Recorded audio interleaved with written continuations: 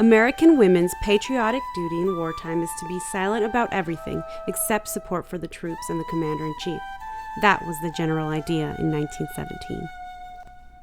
As Woodrow Wilson took office in January, demonstrators took up positions outside the White House, holding round-the-clock vigils demanding the vote for women. In spite of the ongoing World War, they refused to step aside or muffle their demands. Instead, Alice Paul, Lucy Burns, and other members of the National Women's Party aimed to humiliate the president and expose the hypocrisy of making the world safe for democracy when there was none at home. Their banner said, "Mr. President, how long must women wait for liberty?" They hung Wilson in effigy and burned copies of his speeches. Arrests began in June. Obstructing traffic was the usual charge, but many prison officials, as well as citizens, considered the suffragists traitors. In the Occoquan workhouse in Virginia, they ate rancid food, were denied medical care, and refused visitors. The demonstrators applied for political prisoner status. It was denied. Whitaker and his workhouse guards greeted 33 returning protesters on what has become known as the infamous Night of Terror, November 14, 1917. The warden at the Occoquan workhouse in Virginia ordered his guards to teach a lesson to the suffragists imprisoned there because they had dared to picket at Woodrow Wilson's White House for the right to vote. 44 club-wielding men beat, kicked, dragged, and choked their charges, which included at least one 73-year-old woman.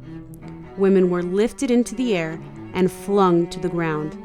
One was stabbed between the eyes with the broken staff of her banner. Lucy Burns was handcuffed to the bars of her cell in a torturous position. Women were dragged by the guards, twisting their arms, and hurled them into concrete punishment cells. They hurled Dora Lewis into a dark cell, smashed her head against an iron bed, and knocked her out cold. Her cellmate, Alice Kosu, thought Lewis was dead and suffered a heart attack. Additional affidavits describe the guards grabbing, dragging, beating, choking, slamming, pinching, twisting, and kicking the women. For weeks, the women's only water came from an open pail. Their food, all of it colorless slop, was infested with worms. When one of the leaders, Alice Paul, embarked on a hunger strike, they tied her to a chair, forced a tube down her throat, and poured liquid into her until she vomited.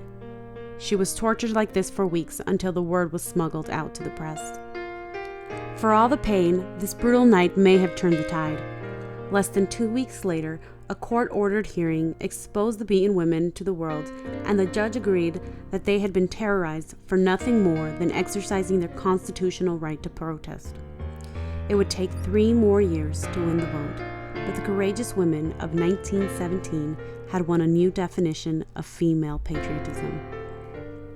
What would those women think of the way I use or don't use my right to vote?